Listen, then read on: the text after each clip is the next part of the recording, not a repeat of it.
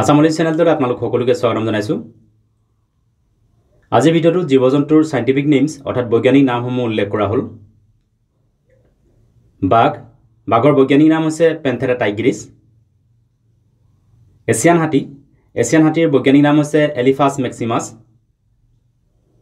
African হাতীৰ বৈজ্ঞানিক নাম হৈছে লক্সোডন্টা আফ্ৰিকানা। আফ্ৰিকান ফৰেষ্ট হাতী বা ফৰেষ্ট এলিফেন্ট, এই হাতীৰ বৈজ্ঞানিক নাম হৈছে লক্সোডন্টা সাইক্লোটিছ। সিংহৰ বৈজ্ঞানিক নাম হৈছে পেন্থেৰা লিও। ঘোঁৰাৰ বৈজ্ঞানিক নাম হৈছে একুৱাছ কেবালাছ। এছিয়ান মহ অৰ্থাৎ এছিয়ান ৱাটাৰ বাফেলোৰ বৈজ্ঞানিক নাম হৈছে বুবালাছ বুবালিছ। আফ্ৰিকান মহৰ বৈজ্ঞানিক নাম হৈছে চিনচেৰাছ কাফেৰ। কুকুৰ অৰ্থাৎ কমন ডমেষ্টিক ডগ, কুকুৰৰ বৈজ্ঞানিক নাম হৈছে কানিছ লুপাছ ফেমিলিয়াৰিছ। পোহনীয়া মেকুৰীৰ বৈজ্ঞানিক নাম হৈছে ফেলিছ কেটাছ। আফ্ৰিকান বনৰীয়া মেকুৰী অৰ্থাৎ আফ্ৰিকান ৱাইল্ড কেট, এই মেকুৰীৰ বৈজ্ঞানিক নাম হৈছে ফেলিছ লিবিকা।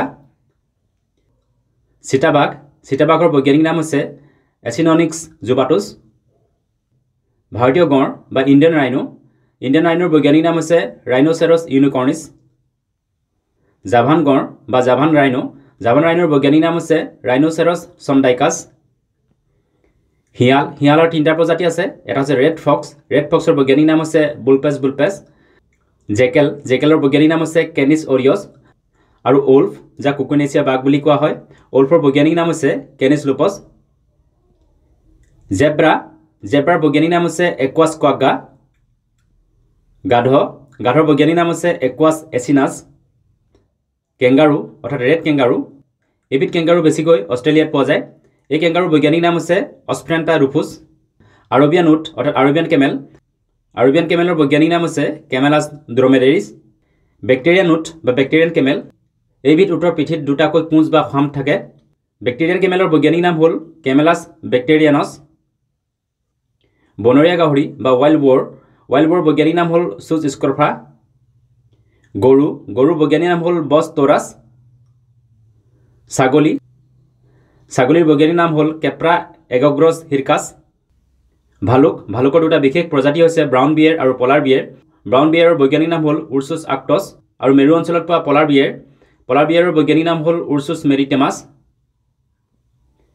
হৰপহু, ইংৰাজীত কোৱা হয় চাম্বাৰডিয়েৰ বৈজ্ঞানিক নাম হ'ল ৰুচা ইউনিকলৰ। শহাপহুৰ দুটা প্ৰজাতি হৈছে ৰেবিট আৰু হেয়াৰ। ৰেবিটৰ বৈজ্ঞানিক নাম হ'ল অৰিক্টলেগাছ কনিকুলাছ। আৰু হেয়াৰৰ বৈজ্ঞানিক নাম হৈছে লেপছ ইউৰোপিয়াছ। জিৰাফৰ বৈজ্ঞানিক নাম হৈছে জিৰাফা কেমেলোপেৰাডালিছ। নিগনিৰ বৈজ্ঞানিক নাম হ'ল মছ মস্কুলাছ। বান্দৰ অৰ্থাৎ অসমৰ সকলো ঠাইতে পোৱা সাধাৰণ বান্দৰ, এই বান্দৰক ইংৰাজীত কোৱা হয় আছাম মেকাক। ইয়াৰ বৈজ্ঞানিক নাম হৈছে মেকাকা আছামেনচিছ। ভেড়াছাগলীৰ বৈজ্ঞানিক নাম হ'ল অভিছ এৰিছ। কুম্ভীৰ, ইংৰাজীত কোৱা হয় মাৰ্ছ ক্ৰক'ডাইল, ইয়াৰ বৈজ্ঞানিক নাম হ'ল ক্ৰক'ডাইলাছ পলুষ্ট্ৰিছ।